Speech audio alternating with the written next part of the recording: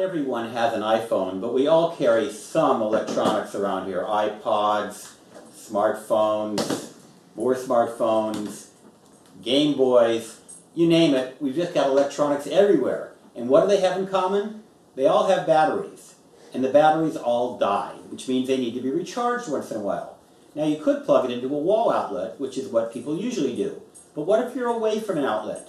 Well, Michelle Rush from Medis Technologies, you have a solution that you can take with you. We sure do. It's the Medis 24/7 Power Pack. It's a fuel cell. A fuel cell. Now this is it, right? This is the actual product, and it looks like a box with a little tip at the end. In fact, this tip will plug into an iPod or even an iPhone, right? Yep, sure will. So we're actually charging. Can't see it right here. Actually, if you could zoom, you can actually see the charge. So we are charging this iPhone as we sit here. No wires except for the wire of the iPhone. Right. How does it work? Well, actually, it's a small, just lightweight, portable fuel cell device that when you're away from the wall or on the go, or whether you need 10 minutes or whether you need 30 hours of portable power, you just plug it in and there it goes. Now, I'm accustomed to portable charging stations. I think Everready has one that takes batteries. You put a couple of alkaline batteries in it, and you can recharge your devices. How is this different? Well, you need to carry about 30 to 40 alkaline batteries with you to give you the time that the Medis 24/7 will give you. What this is basically is it's a light fuel cell. So tell us what is a fuel cell? Well, as a battery is like a sprinter, you're getting 3 to 4 hours out of your battery. The fuel cell is a long distance runner, so it's giving you power for long periods of time.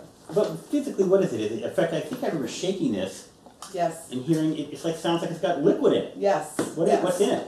It's a proprietary fuel, an alkaline sodium borohydride. It's basically an anode, a cathode, a few parts, and that's it. So there's some liquid fuel in here, and what happens? Obviously, after a certain number of hours, it's gonna dissipate, and after a certain number of months, it'll go away. How does that work? Yeah, you have about 3 months to use up the energy in the power pack. The fuel cell is an air-breathing system, so like over us. time, exactly. Yeah. So over time, it gets contaminated, and so you have about 3 months to use up the power. And then, how many charges? For example, let's take a Nano. How many times can you recharge a Nano? It's an iPod Nano. An iPod Nano, again, depends on what the state of your battery is, but you'll get about 60 to 80 hours of playtime on a Nano. Okay, so you could go across the country in an automobile. Absolutely. And listen to your Nano. That's right. Now, right now, you have to replace the entire unit. You mentioned earlier it's about $20 to replace the unit. Yes. But in the future, you'll be able to recharge it or refill it? Yes. Our next generation will be an actual cartridge system, so you'll buy the unit. Right now, the cartridge is inside this unit, so it'll be smaller than what I'm holding now.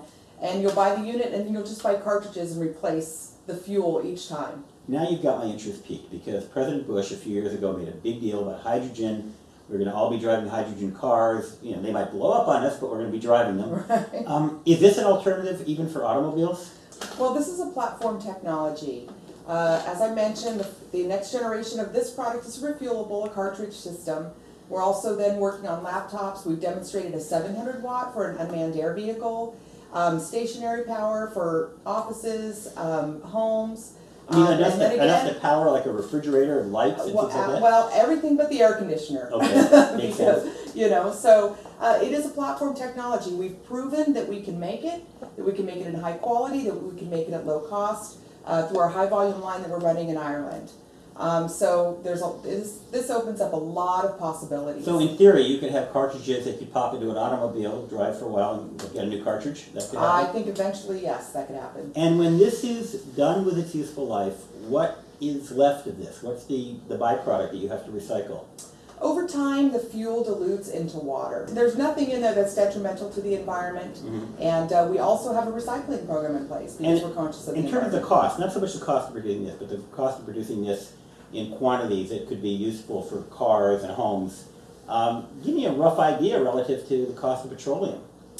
I really don't have any numbers that I can give you, but I can tell you that it's very competitive, very competitive. And there's no infrastructure that would be required with our system, like they're talking about for, hydrogen vehicles all over the U.S. And this doesn't come from a corn farmer in Iowa, and it doesn't come from an oil sheik in Saudi Arabia.